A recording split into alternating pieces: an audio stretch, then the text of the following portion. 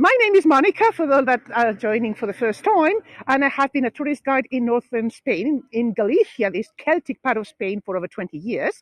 I'm going to show you today just a little corner garden, an historic garden in the city of Coruña. And if you look in a map, we are just the northwest corner of Spain. So right now behind me, it is the Bay of Coruña, but if I was looking this way, north, that I would be able, with good eyes, this is where the UK is. Particularly, we are on the same vertical with Ireland. And if I was looking across the city this way, I would be facing the Atlantic Ocean, the open sea, and waving to you from America, because I'm just the closest city to the US that we have in continental Spain. And this city is now middle-sized for Spanish standards, with about 250,000 inhabitants. It started being a small hamlet where say from the Mediterranean, these traders like Phoenicians, Greek, Romans used to come here and exchange minerals with locals. And this is how Coruña started over 2,000 years ago. But because we are an exposed harbor, an exposed port, a peninsula advancing in the Atlantic Ocean, it also meant it was very easy for enemies to reach here and attack. So we had to prevent that by defending the city with fortifications, with walls, and these kind of things. And that's why most of our historic buildings, in the case of, if you look in other Spanish cities, you'll see a lot of religious buildings.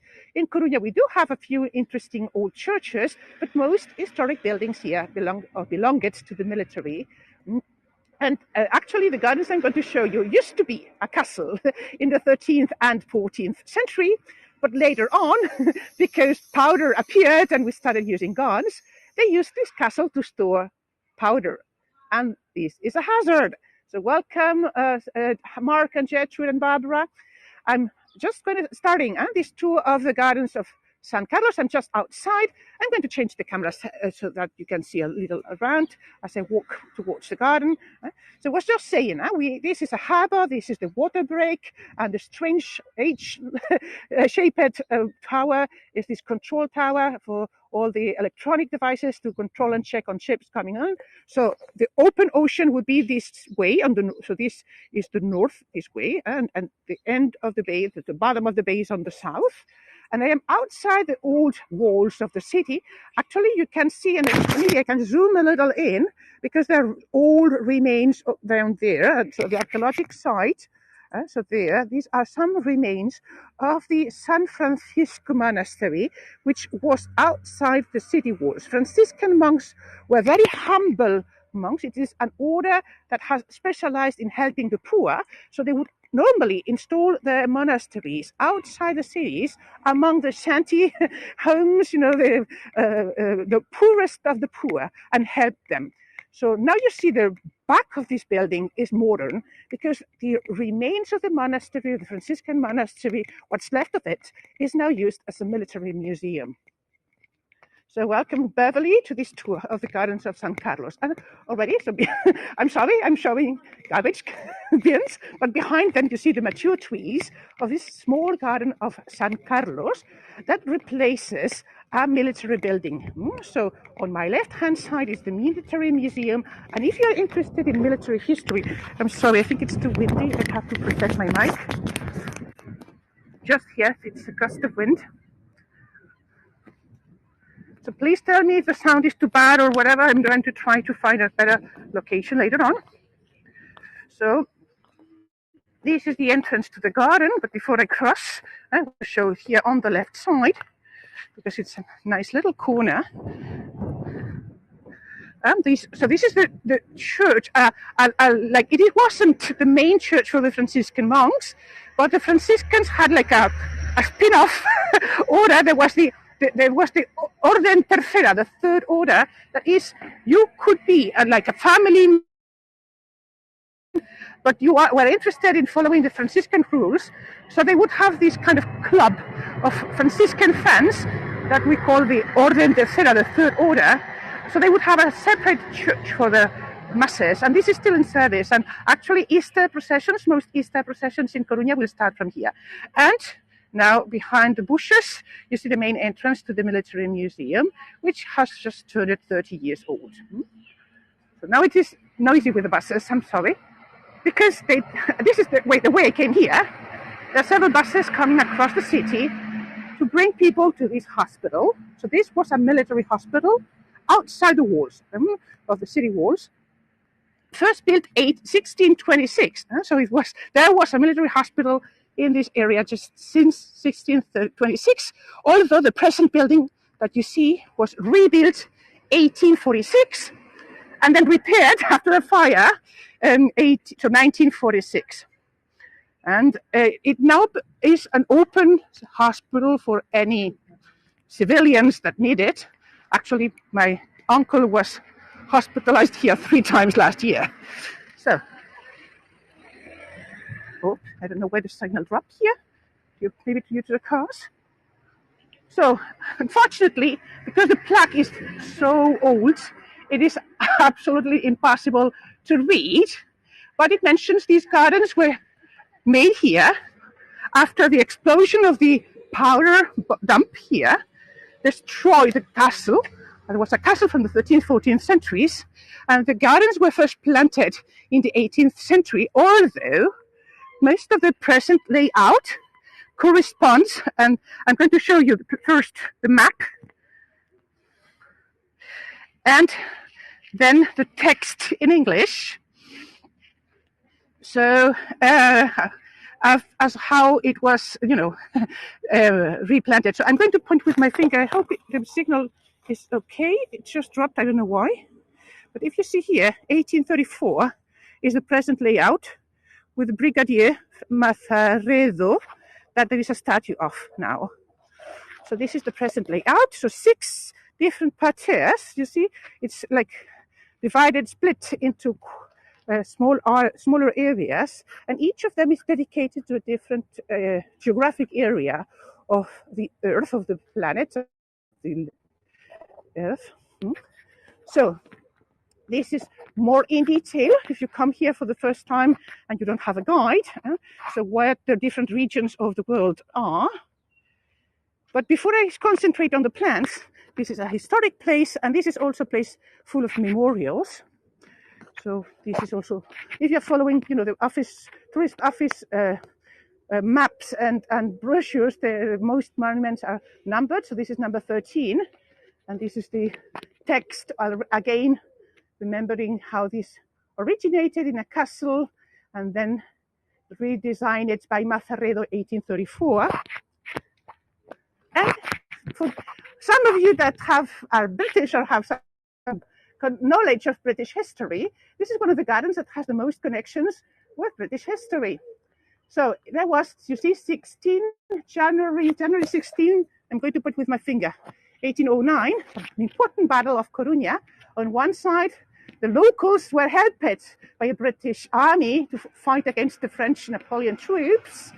Actually, at the end, we had to surrender. So the British flew from Coruña. And one of the things that most people, even in Coruña, don't know is it is a good thing we demolished the city walls, because we no longer own the keys to the gates of Coruña.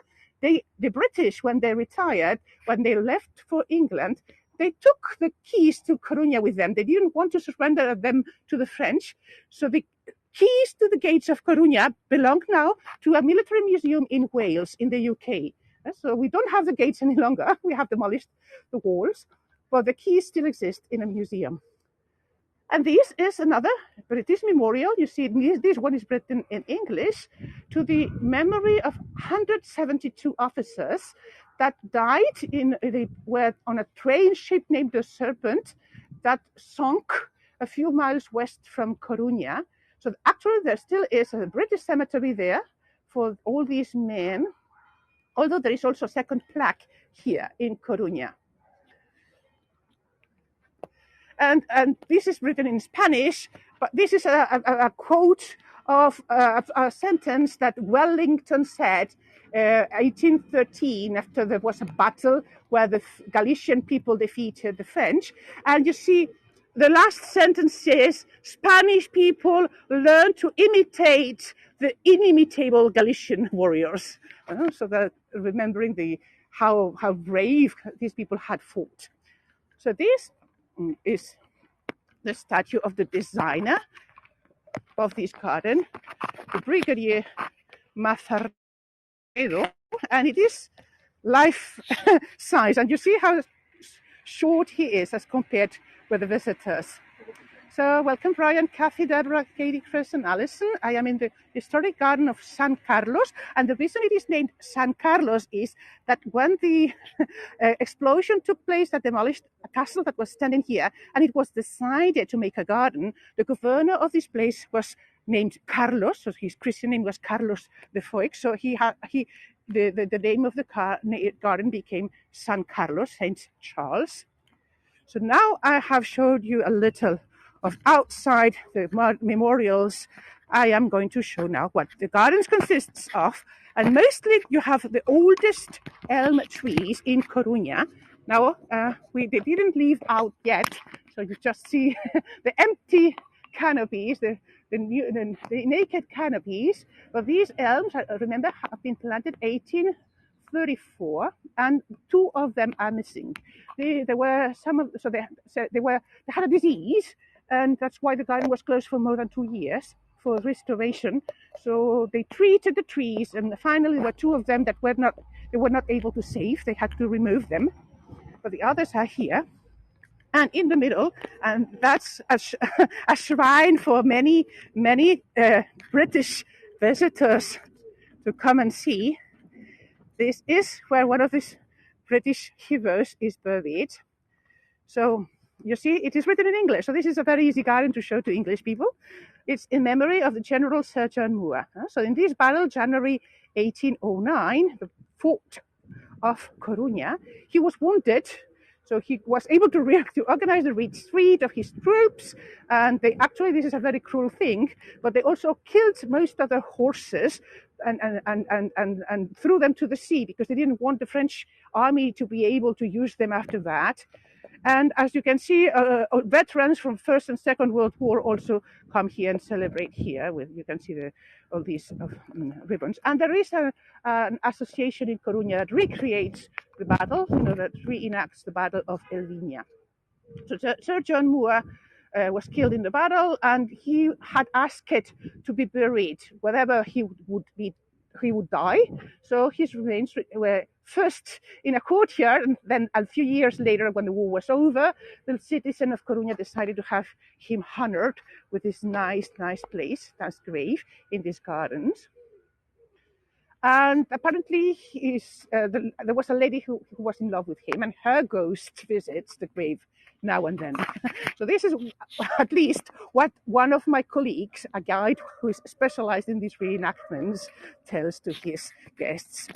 So let's start with the first of the 8 parterres, and this is called Galicia. So, oops, that's better like this.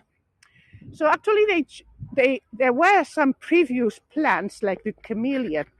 These little trees are Camellia japonica, Japanese camellia, and they have been blooming all winter long. And so they normally start in November all through winter and through spring until May.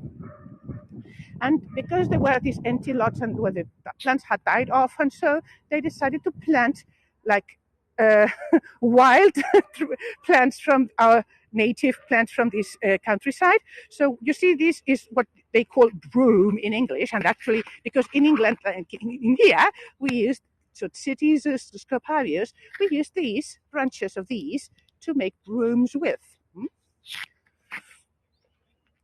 Then the heather is so small yet. So Erica vagans, it is little heather, but when it is big and blooming, it will be nice. And this is the ahorn. This is one of the wild plants with these thorns that you see everywhere in the country.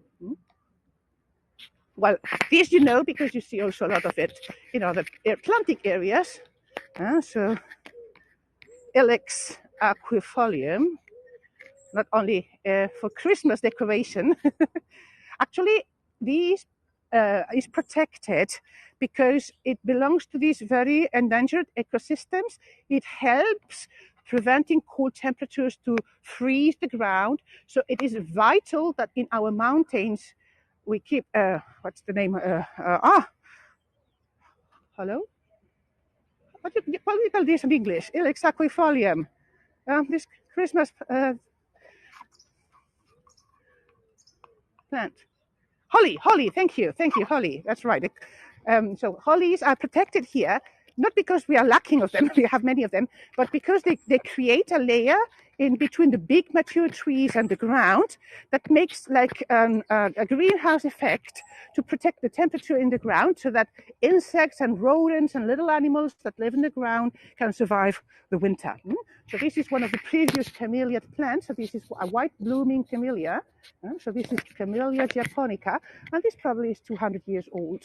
There are a few in other gardens that are a little older than this. So again, the Ilex europaea. So I find it very funny that they use these wild, what we would call, wild grasses and bushes from the marshes in an ornamental garden. So these are the camellias shining in the late sun. So Camellia japonica is a relative of Camellia sinensis, which is the tea plant. And right now there are a few properties in southern Galicia that are starting the adventure of planting tea extensively, so that we will have in the future tea produced from Galicia. So Pater Europe. Actually, they call this Europe, but they have mostly Mediterranean plants. You will see some that you can also find in English gardens, like the box, so Buxus sempervirens. And here in Galicia, like in most of Europe, we have to protect box against a deadly disease. Box blight is killing lots of historic gardens. And these are nice flowers that you can also find in English gardens. So this Helleborus niger. This is the English name, Helleborus. So thanks, Helen. Thanks, Colleen and Caroli. And thanks, Eva, for your support. I forgot my initial speech to remind you that Heygo is a tip-based platform that requires your help to survive. So if you can afford that, please help us with your money. And so this is a very tiny plant that is not, so it's just sprouting here, the Mateutia. And the vinca, the periwinkle vinca minor purpurea. And actually this one, I find it nice. It is a very dark purple. It's not the very light purple you see in many places. It's very, it's like almost burgundy. And what shines in this moment? Because the Iris frutidissima, it's too early. It's just sprouting again, or the hydrangeas. But what's in full bloom is this Lysodora diffusa. It looks like forget-me-nots.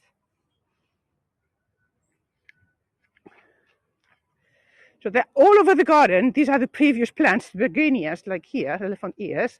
But this, what was planted recently, I repeat, this is the part which is reserved for a European or a Mediterranean plant.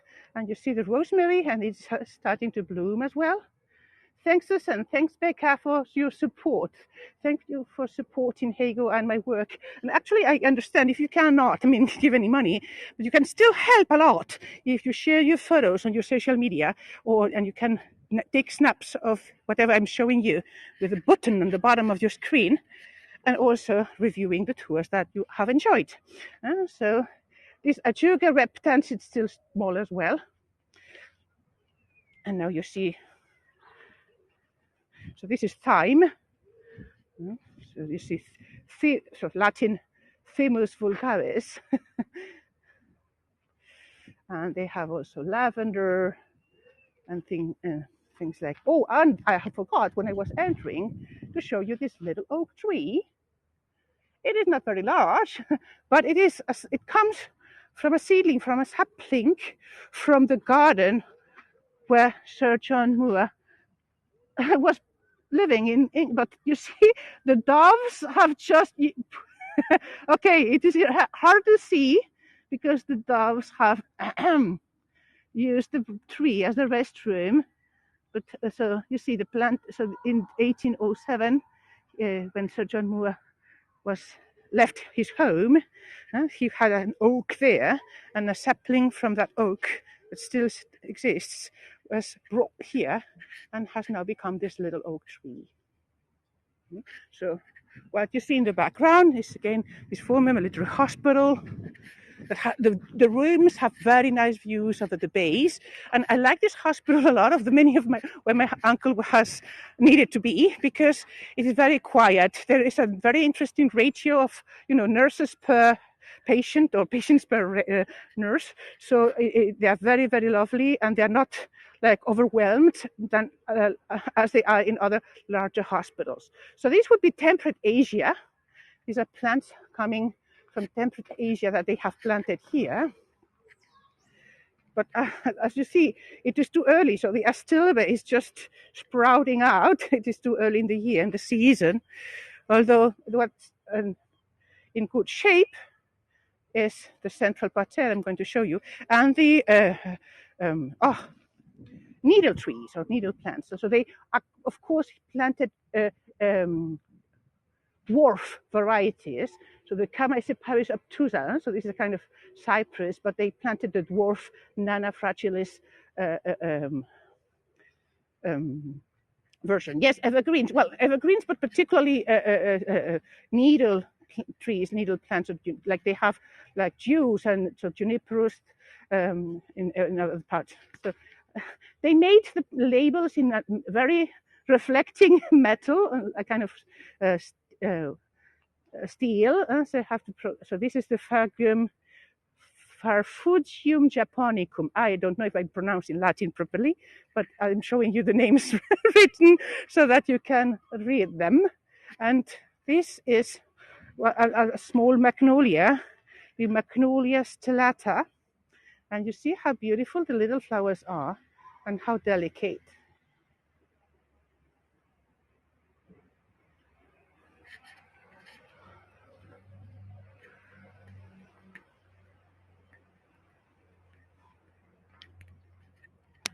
So walking quickly around, and they have also other varieties and other species of Camellia genus, like the Camellia reticulata, and the leaves in this case are much, much larger. They are like 4 times the size of the Camellia japonica, although the flowers look very much the same and in the same color range.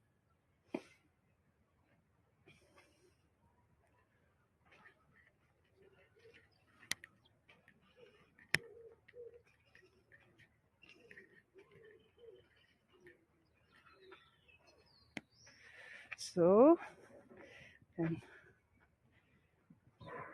oops, I was missing this.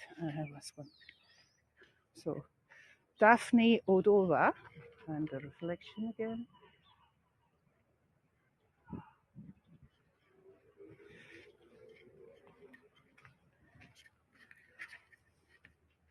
So I am leaving this temperate Asia part.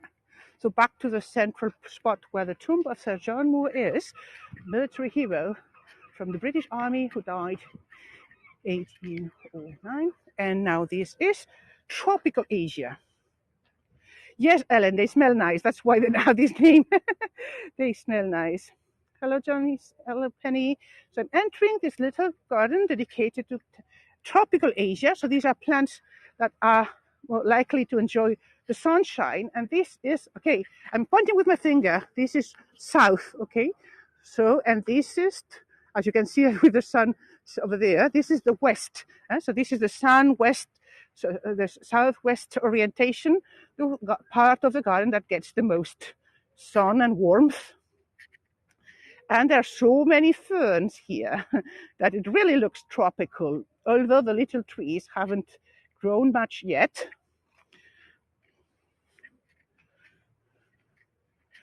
So Dryopteris austriaca. It's a strange name for a plant from Asia. So it would think of Austria. And this is not related to Asia because this is a native plant, but they left it here.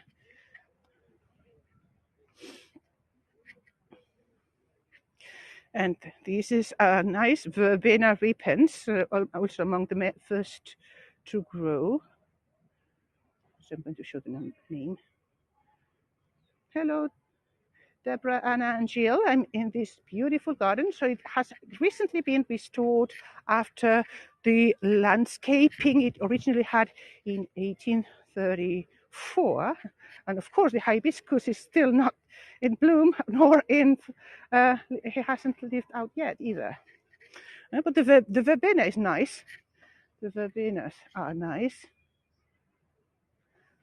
as are also the camellias. And this, it looks like a variegated kind of flower, you see, with white with sparkles of pink.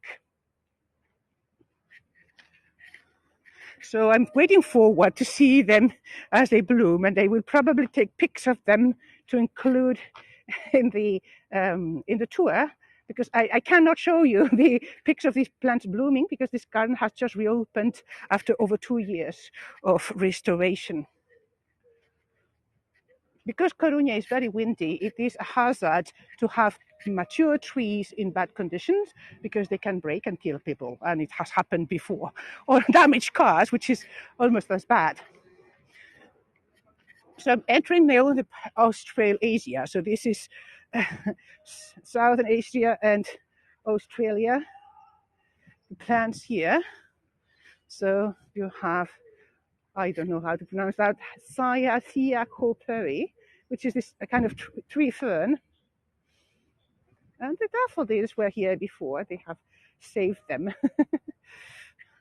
So then the Pittosporum tenuifolium. So Pittosporum is a genus that we use a lot for hedges in here in coastal areas where there's a lot of wind. I assume that they are very hardy and support the wind well. So Prosma bawebi, this is this crawling little bush, and Grevillea lanigera. And I don't know what the pink flowering ones are because I don't see any label. So they're beautiful. And I love the contrast in the texture. You see the shiny green from the daffodils and the feathery little leaves from this pink flowering anonymous plant. I have to search this up. So right now I'm using the phone to stream for you, so I cannot use the Google Lens. Oh, here's the name because I won't here. So I knew there was okay to be. So the name is Leptospermum scoparium for these feathery plants with nice pink flowers, and this is Heygo buxifolia. So Ellen says in Canada use Pittosporum and these pink flowers in floral arrangements. And another Hebe.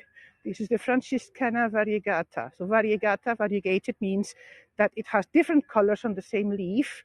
It shows, as you can see, dark green and light green, lime green. So, and it is always compulsory to get back to the central area to reach the next garden. But before I do, I have 3 left. Oh, I'm going to be a little late. I want to show you this viewpoint.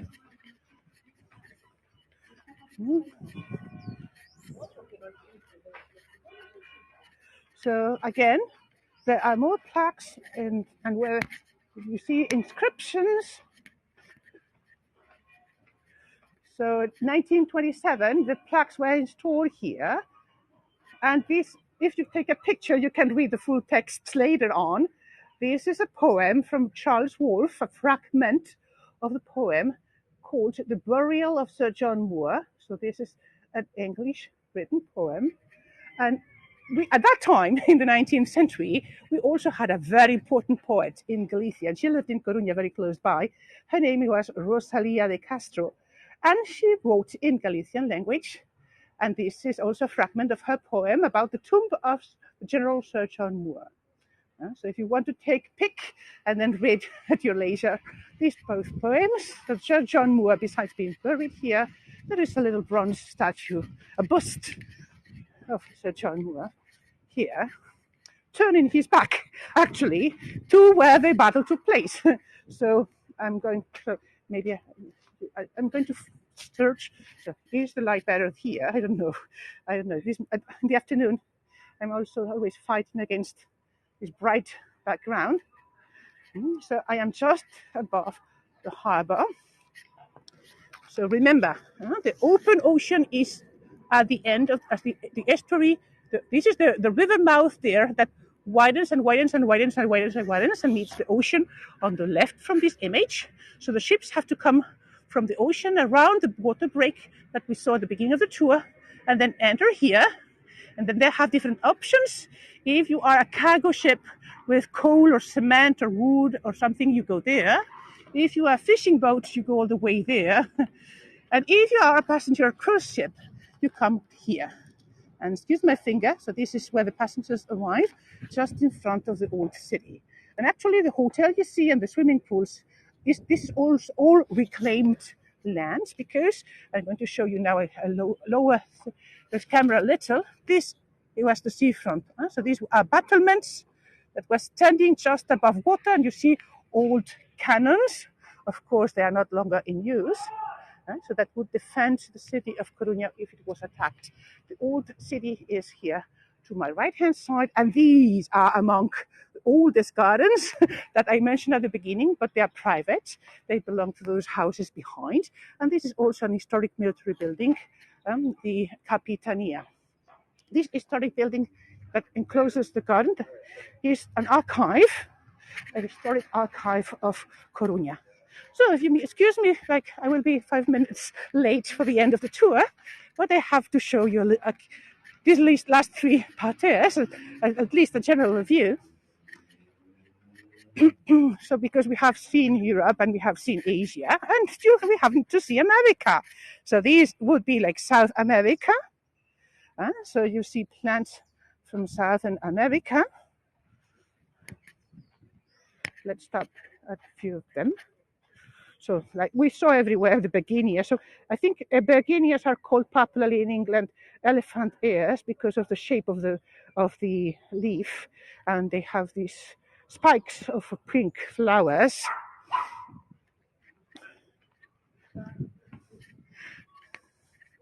Hello, Anna and SR. So this is still very tiny, the Asclepia curasabica. So it doesn't bloom yet. They planted all these little lanterns. I think they call them Chinese lanterns, but the English name would be the abutilon.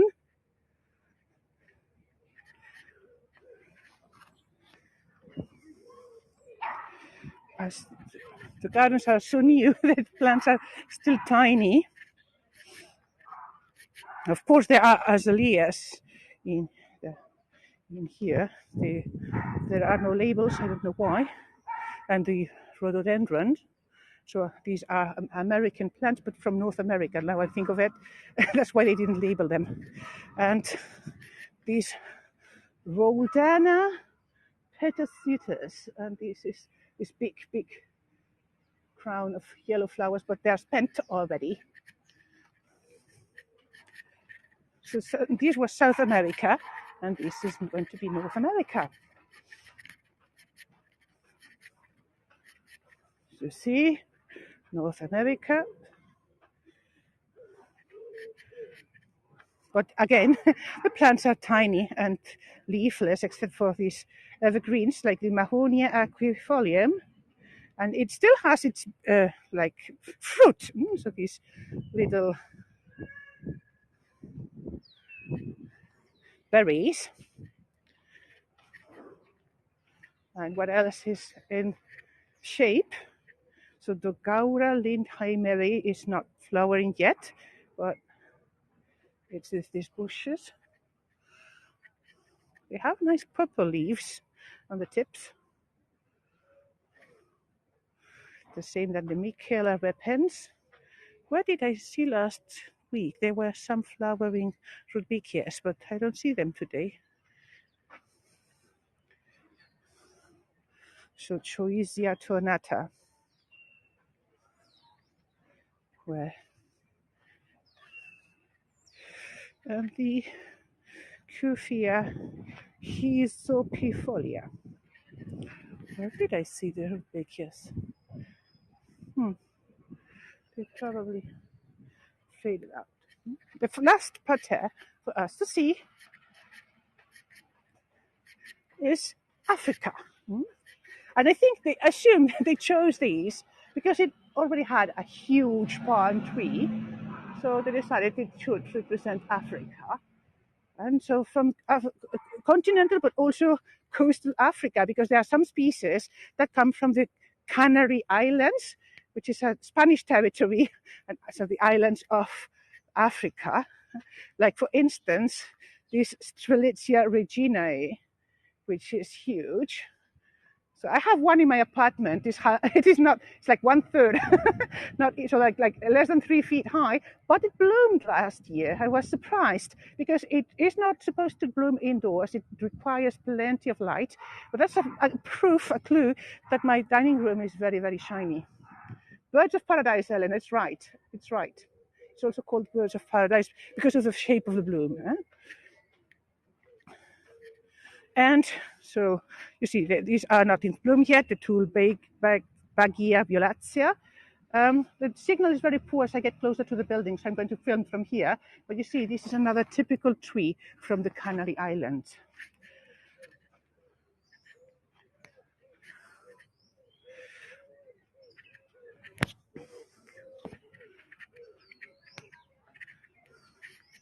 So, and well, the Salvia officinalis, I didn't know it was African because we see it everywhere.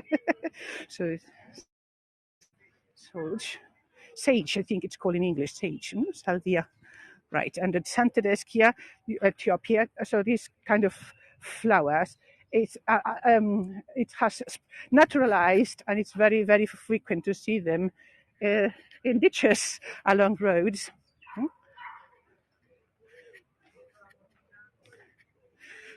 So, before I say goodbye, I want to turn around. I hope you enjoyed this little tour, this little garden. And I thought, because it was small, that it would take me 30 minutes, but I am 38 minutes above the clock. So hopefully you enjoyed this little tour of the gardens of San Carlos.